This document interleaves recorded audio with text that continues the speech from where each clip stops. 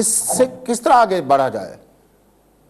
اس کے لیے لوگوں کو ہمت کرنی پڑے گی. عدلیہ کو چاہیے کہ وہ ہمت کرے اور آئین کی تشریح کرے اور کسی حوصلہ موقع نہ آئے.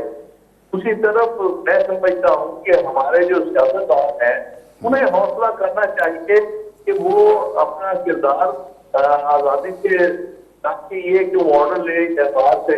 تو اس لیے اس میں کمزوری دونوں طرف ہے. اس میں ہمارے سیاستدانوں کی بھی کمزوری ہے اور ہمارے نتیجہ کی کمزوری.